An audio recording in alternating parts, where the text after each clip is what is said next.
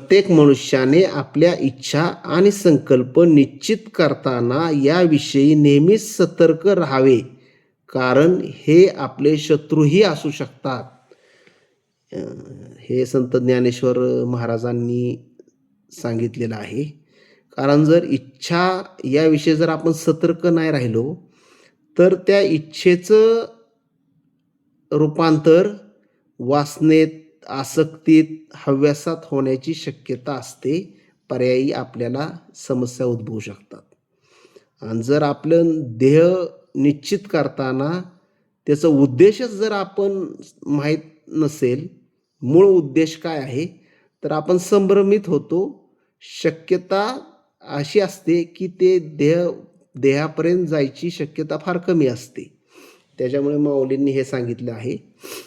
याच विषयाला अनुसरून आणि याचा आधार घेऊन मी अध्यात्म म्हणजे काय आणि अध्यात्म म्हणजे काय आणि अहंकार म्हणजे काय हे सांगण्याचा प्रयत्न करणार आहे. आता हे दोन्ही विषय एकत्र करण्याचं हे कारण आहे की मला असं वाटतं की अध्यात्म समजायला अहंकार समजला पाहिजे आणि अहंकार समजायला अध्यात्म समजलं पाहिजे. हे महत्त्वाचं मला वाटतं. आता अध्यात्म म्हणजे काय? मी, माझे कुटुंब, माझे मित्रमंडळी, माझे नातेवाईक, माझा समाज, माझं राज्य, माझं देश, एकूण हे पूर्ण ब्रह्मांड, याच्यात शांतता असावी ही जाणीव मनात असणं आणि या जाणीवेतून माझ्या मनाला समाधान मिळणं, याला म्हणतात अध्यात्म. आता मी ह्या अध्यात्म समजायच्या आधी अजून सोपं करून सांगण्याचा प्रयत्न करतो. आपण भावनिक वर्गीकरणाचा समतोल म्हणजे अध्यात्म. आता वैराग्य, आत्मसाक्षात्कार ह्या फार लांबच्या गोष्टीत आणि ह्याचं सांगण्याचं मी एवढं धाडस करू शकत नाही. पण गृहस्थ अध्यात्म जीवन म्हणजे काय? तर भावनिक वर्गीकरणाचा समतोल म्हणजे मी, माझे कुटुंब, नातेवाईक यांनाही धरून इतर लोकांच्या विषयी त्यांना दुःख झालं तर मला दुःख होणं, त्यांनी एखादं चांगलं कार्य करणं, ज्या व्यक्तीशी माझी ओळखही नाही त्या व्यक्तीने जर चांगलं कार्य केलं तर मला कौतुक वाटणं, हे अध्यात्म. अध्यात्म तुलना करतं, पण तुलना कशी करतं? समजा दोन संस्था आहेत, मूल्य शिक्षण देतात. तर आपल्या त्रुटी काय आहेत ते बघून ते सुधारून, जेणेकरून त्यांचा हा उद्देश नसतो की मला किंमत मिळली पाहिजे. त्यांचा उद्देश हा असतो की समाज कल्याण हा मूळ उद्देश आहे. बाकी स्वतःचं क्रेडिट, स्वतःचं हे असं त्यांचा उद्देश नसतो. याला म्हणतात अध्यात्म. अध्यात्म कधीही मांसभक्षण करत नाही, कारण ह्यांना भावना ओळखता येतात. एखाद्याचा उद्देश ओळखणं सोपं आहे, हे सायकोलॉजिकल लक्षात येतं. एखादा आपल्या घरी पाहुणा आला, त्याचं आपल्याला माहीत असेल हे तारांबळ आहे, हे मांबळ, त्याला तारांबळ आहे वगैरे, त्याला बघून त्याच्या चेहऱ्यावरनं हा आपल्याला पैसे मागायला आलाय, असं बऱ्याचदा आपण लक्षात घेतो. उद्देश ओळखणं सोपं आहे, पण एखाद्याच्या भावना ओळखणं म्हणजे अध्यात्म. कारण हा स्वतः विवेकी असतो, हा दुसऱ्याचे दुःखात आपलं दुःख मानणारा असतो. त्याच्यामुळं अशी लोक, जी आध्यात्मिक लोक असतात, यांना माणसं वाचता येतात आणि हे सत्य आहे. जे दुसऱ्यांच्या भावना ओळखू शकतात, त्यांचं विश्लेषण करून ते माणसं वाचू शकतात, हे सत्य आहे.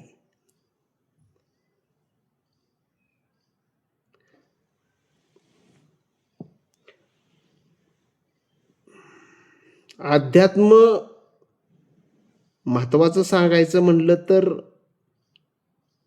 स्वतःला पूर्णत्व तो कधीच समजत नाही. मगाशी सांगितलं ते टीका केलं तर त्यानेही त्याला काय फरक पडत नाही. उलट त्या टीक्याचं ते फीडबॅक घेतं. त्याच्यात ते सुधारणा करण्याचा प्रयत्न करतं. याला म्हणतात अध्यात्म. आता अहंकार म्हणजे काय? त्याच्या परिवारात थोडं मला अध्यात्माबद्दल अजून सांगायचंय. ज्या लोकांनी ह्या समाजाला योगदान जर दिलं तर तुम्ही इतिहास पहा किंवा वर्तमान पहा. हे भावनिक जे वर्गीकरण याचा समतोल राखलेलं आहे ह्यांनी. म्हणजे हा इतिहास आहे. इतिहासात सुद्धा हेच आहे ज्यांनी भावनिक वर्गीकरण कमी केलेलं आहे. यांनीच समाजाला पर्यावरणाला योगदान दिलेलं आहे. वर्तमान बी पहा आणि भविष्य काळातही हेच योगदान देतील. कारण अध्यात्म म्हणजे दुसऱ्याची समस्या जाणणं, अध्यात्म म्हणजे दुसऱ्याचं दुःख जाणणं, अध्यात्म म्हणजे दुसरं काय आहे? दुसऱ्याच्या आनंदात सामील होणं, दुसऱ्याचं कौतुक करणं. उदाहरणार्थ आध्यात्मिक माणसाला जर तुम्ही आध्यात्मिक माणसाचं सांगतो तुम्हाला. आता युक्रेन आणि रशियाचं युद्ध होते, तर स्वाभाविक तिथं संहार म्हणजे होतच असेल. तर ह्याचं दुःख भारतातल्या आध्यात्मिक माणसाला होणार आहे. ह्याला म्हणतात अध्यात्म. अध्यात्म हेच आहे.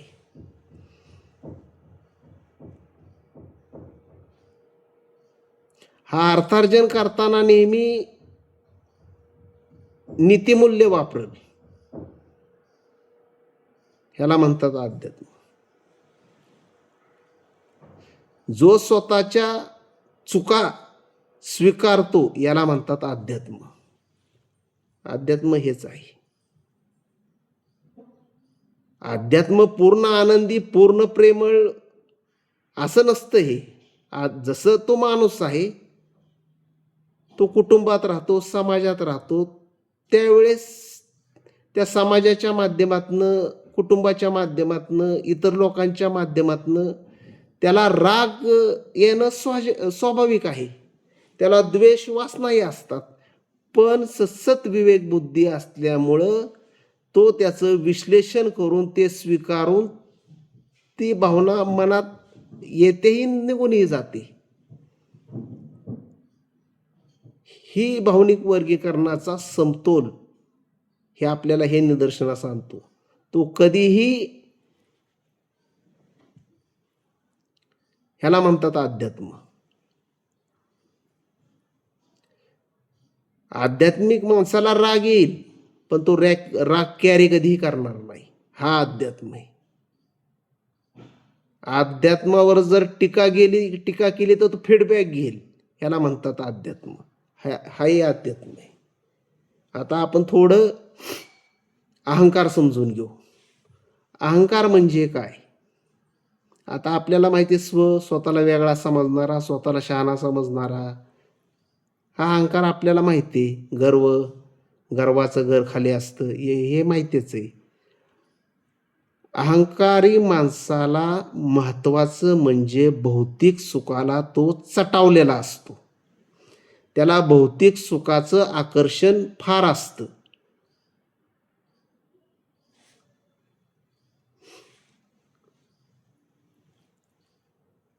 आणि त्याची अशी काही भ्रामिक कल्पना असतात की देहारी पलंगावरी अशा काहीतरी तो भौतिक गोष्टी प्राप्त करताना त्याचे पर्याय शोधत असतो. ह्याचे व्यवसाय तुम्हाला मी सांगतो. हा सावकारिकाचा व्यवसाय याला अतिशय आवडतो.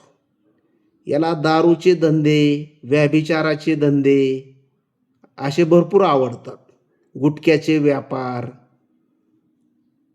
कारण ह्याच्यात कसं आहे, कमी कष्ट आहे आणि माया बक्कळ आहे. त्याच्यामुळे हे व्यवसाय तो करतो.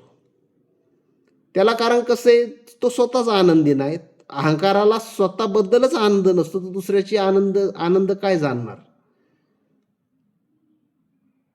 हा आहे अहंकार.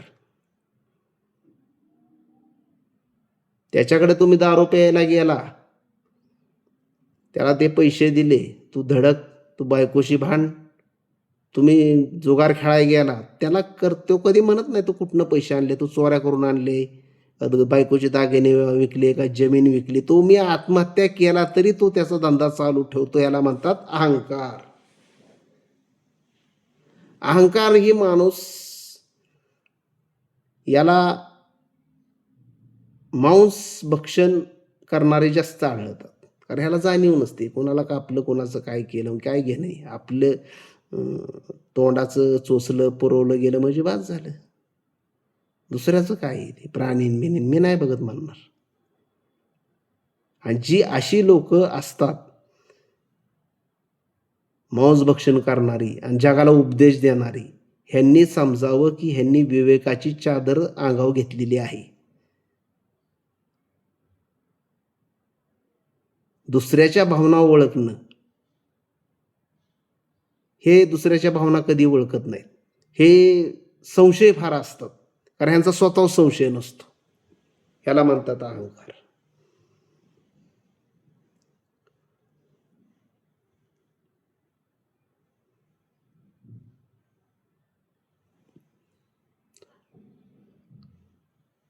अहंकार म्हणजे फार दयनीय, स्वतःची पण दयनीय अवस्था करतात, पर्यायाने पूर्ण पर्यावरणाची, पूर्ण सृष्टीची दयनीय अवस्था करतात. आता तुम्ही हे पाहताय.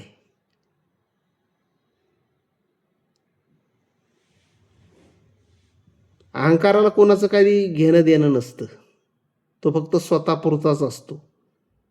आणि ज्यावेळेस हा अहंकार ह्याने जी कोट्यवधी अरबो रुपयांची माया जमवलेली असते, मी मी मी मी मी मी ह्याच्या मागं ह्याला भौतिक सुखाला हा जास्त चटवलेला आहे. जास्त कुणाला नाही, हा वासनेला चटवलेला आहे.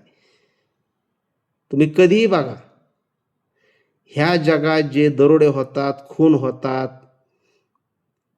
फसवणुकी होतात, ह्यांच्यामुळेच होतात. विवेकी आध्यात्मिक माणूस करत नाही. आध्यात्मिक माणसामुळं जगाला योगदान देणारी माणसं असतात. आणि जगाला समस्या उत्पन्न करणारी, समाजाला समस्या उत्पन्न करणारी ही अहंकारी माणसं असतात. कधी बघा, इतिहास बघा, हे मी प्रामाणिकपणे सांगत आहे, याच्यावर मी फार विचार केलेला आहे. जो माणूस वर्गीकरण जास्त करतो तो माणूस समाजाला नेहमी घातक असतो. जो माणूस भावनिक वर्गीकरणाचा समतोल राखतो तो समाजाला योगदान देतो. ही वस्तुस्थिती आहे. सामूहिक अहंकार, आपल्या नेत्याला बोलल्यामुळे नाराज होईल, हा सामूहिक अहंकार आहे. आता जास्त बोलायला लागलो तर झुंबड उठल, मग तरी सांगण्याचा प्रयत्न करतोय. हा सामूहिक अहंकार झाला. आणि महत्वाचं सांगायचं म्हणजे जे आध्यात्मिक लोक आहेत, जी चांगली लोक आहेत, तुलनेने ही लोक जगात कमी कमी कमी कमी होत चाललेली आहेत. ह्यांची आता फार थोडी लोक आहेत की असा विचार करणारी कमी कमी होत चालल्यात. कारण होतंय काय माहिती आहे का, जी नवीन पिढी आहे ही चंगळवादी संस्कृती जी निघालेली आहे, ह्यांना चंगळवाद पाहिजे, म्हणजेच ही अहंकाराला अट्रॅक्ट झालेली आहेत. ही वस्तुस्थिती. आणि अशी हे तुलनेची आसक्ती ना, हे तुलना सगळं चाललंय जग. मोठमोठे दागिने विनाकारण हे कर, कारण नसताना मोठमोठ्या गाड्या, हे जे भौतिक आकर्षणचा प्रभाव ह्या तरुण पिढीवर पडतोय. पर्यायी काय होतंय, त्यांना तुलनात्मक आसक्ती निर्माण होऊन ह्या चंगळवादी संस्कृतीत ते सामील होतात. आणि असं ज्ञान देणारी माणसं कमी असल्यामुळे ह्यांना समजून सांगायला कोण नाही. लोकांचे दिवसेंदिवस प्रश्न वाढायला लागलेले आहेत. ती पोरगी तिकडे गेली, हा पोरगा तिकडे गेला. ही सामाजिक फार मोठी समस्या निर्माण झाली आहे आणि घरोघरी येत चाललेलं आहे. पर्याय एकच आहे, विचाराच्या पद्धतीत बदल करणं. केविलवाणा अहंकार, माझं जगात ह्या कोणच नाही आणि मी एकटाच आहे, हा केविलवाणा अहंकार, हे अपंगत्व आहे, या मानसिक अपंगत्व आहे. आणि जे WHO ने पण म्हणलेलं आहे की मानसिक अपंगत्व सगळ्यात मोठं अपंगत्व आहे, हे मानसिक अपंगत्व आहे. तू जगात एकटा आहे, तुझं कोण नाही, याचा दोषी तू आहे. तू समजत नाही जगाला आपलं. जग काय करणार, कोण कोणाचं नसतं. आई वडील वगैरे असतात, पण 18-20 वर्ष झाल्यावर प्रत्येकाला आपलं अर्थार्जन करून आपली मेंटॅलिटी कशी चांगली राहील याचा विचार करणं ज्याने त्याने केला पाहिजे. कारण प्रत्येकाला जगात समस्या आहेत. कोण कोणाचं करायला कोण बसलंय. मी काय केलं करायला गेलो तर लोक नावं ठेवत्याल. हा बी केविलवाणा अहंकारच आहे, हा एक अहंकारच आहे. ही आपल्याला फक्त माहिती आहे गर्व म्हणजे काय, गर्वाचं घर खाली असतं.